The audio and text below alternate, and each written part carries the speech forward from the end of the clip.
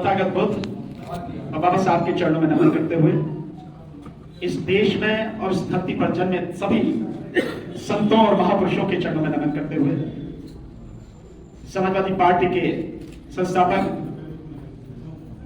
श्रद्धेय मुलायम सिंह यादव जी को श्रद्धांजलि देते हुए उनके चरणों में नमन करते हुए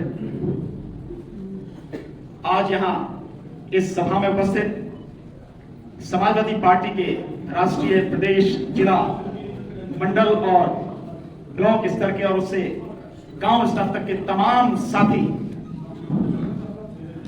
और भारतीय राष्ट्रीय कांग्रेस के प्रदेश और जिला स्तर के, मंडल और ब्लॉक स्तर के तमाम साथी, आम आदमी पार्टी के प्रदेश, जिला और मंडल और ब्लॉक स्तर के तमाम साथी और बहुजन समाज पार्टी के भी बहुत साथी और राष्ट्रीय अध्यक्ष पूर्व जो बाम से रहे हैं आदरणीय वीपी सिंह साहब और उपस्थित मेरे तमाम मेरी बहनें, माताएं, मेरे बुजुर्ग साथी, नौजवान साथी, आप सभी को मेरा जय भीम, आदाब, सत श्री अकाल, नमस्कार। साथियों, सबसे पहले मैं धन्यवाद देना चाहूंगा आदरणीय अखिलेश यादव जी को जो हमारी पार्टी के राष्ट्रीय अध्यक्ष हैं कि उन्होंने मुझ पर विश्वास करके इतनी बड़ी जिम्मेदारी मुझे सौंपी और मेरठ और हापुड़ जो बहुत ही क्रांतिकारी जगह है, जो सीट है, उससे मुझे लोकसभा क्षेत्र का प्रत्याशी बनाया। माननीय अखिलेश यादव जी को बहुत बहुत धन्यवाद, उनका बहुत बहुत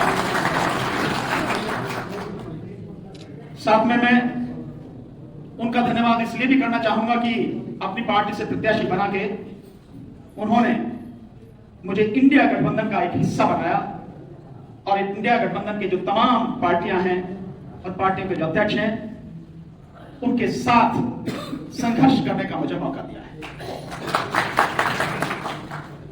मैं इस बात के लिए भी धन्यवाद करना चाहूंगा कि रिजर्व सीट पर न देकर एक जनरल सीट पर मुझे उम्मीदवार बनाया है।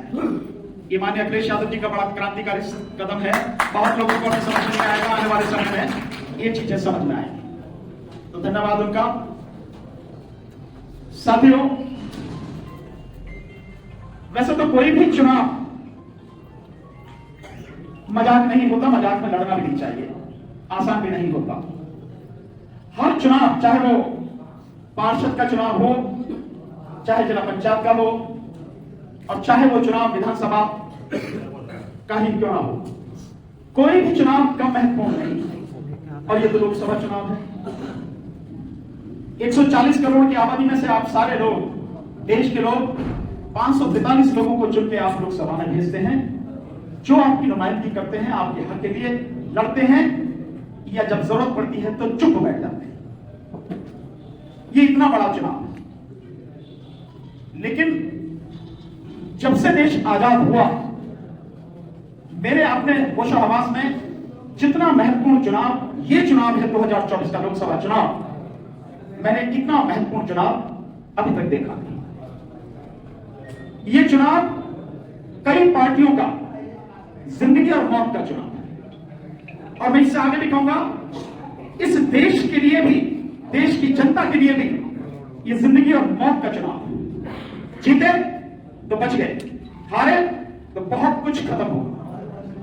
इस चीज को ध्यान रखने की जरूरत है और जीत हमारी निश्चित है अगर हम लोग मिलकर लड़ें।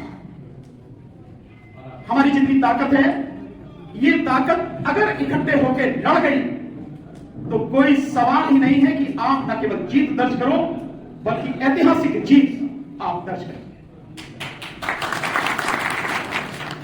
हम सड़क पर संघर्ष करते रहे, आप सब इसके गवाह। और साथियों, सड़क पर संघर्ष करने वाले आवाज ही तो बुलंद करते हैं, लड़ते ही तो हैं। उनका फैसला कहां होता है? वो या तो संसद में होता है या विधानसभा में होता है या फिर आपको अदालत जाना पड़ता है। और आजकल सब लोग कैसे काम कर रहे हैं, संसद में कैसे काम कर रही है, विधानसभाएं कैसे काम कर रही है, अदालतें कैसे काम कर रही है, हम सब लोग इस बात को बहुत बेहतर तरीके से जानते हैं। ये सब संस्थाएं बहुत अच्छा काम कर सकती हैं और करती हैं, पर तब जब जनता जगी हुई होती है, जागृत होती है, संघर्ष करने के लिए तैयार होती है। अन्यथा इन संस्थाओं का कोई अर्थ आज की तारीख में रह नहीं गया। तो हमें बहुत बड़ी लड़ाई लड़नी है, बहुत सारी चीजों को ध्यान में रखना है। हम लोग बड़ी उम्मीद में 2014 में जब देश में बदलाव हुआ तो बड़ी उम्मीद से लोग देख रहे थे, तो 10 साल बाद कहां खड़े हैं। मतलब जिसको बहुत उम्मीद से देखा लोगों ने, आज वो हफ्ता वसूली में लग गए, हफ्ता वसूली पार्टी में बदल गए। सो कहां से चल के हम लोग कहां आ गए। इसलिए हमारी जिम्मेदारी बहुत ज्यादा बढ़ जाती है। समस्याएं मैं आपको एक एक करके क्या गिनाऊंगा, आप सब जानते हैं, चाहे बेरोजगारी की समस्या हो, महंगाई हो, गरीब हो, एक एक चीज तो आप जानते हैं। जो असली चीज है कि इसका हल कैसे निकाला जाए, इन समस्याओं से कैसे निपटा जाए, समाज को इन समस्याओं से निजात कैसे दिलाई जाए, जो देश के लोग हैं उनकी उम्मीदों पर खरा कैसे उतरा जाए, उन्हें उनका हक कैसे मिल जाए, उनके साथ अन्याय ना हो। असली चीज तो यही है। इतने दिन से हम लगातार संघर्ष कर रहे हैं ईवीएम को लेकर, और आज ईवीएम से चुनाव लड़ रहे हैं। कई लोग सवाल कर रहे हैं कि आप ईवीएम की लड़ाई लड़े तब यहां चुनाव में आ गए। सवाल उनका जायज है, लेकिन उत्तर इसका यह है कि जिस लड़ाई को सड़क पर लड़ रहे थे, अगर वहां नहीं सुनी जा रही है बात, तो हम संसद में जाकर लड़ेंगे, कम से कम बात को सुनी जाएगी। तो सड़क और संसद दोनों को मिला के इस लड़ाई को पूरी ताकत से, पूरी मजबूती से लड़ेंगे। आखिर जिस बीमारी ने इस देश का जीना हराम कर दिया है, उस बीमारी को खत्म करना है कि नहीं करना, तो जहां से उसको खत्म किया जा सकता है वही जाकर लड़ेंगे।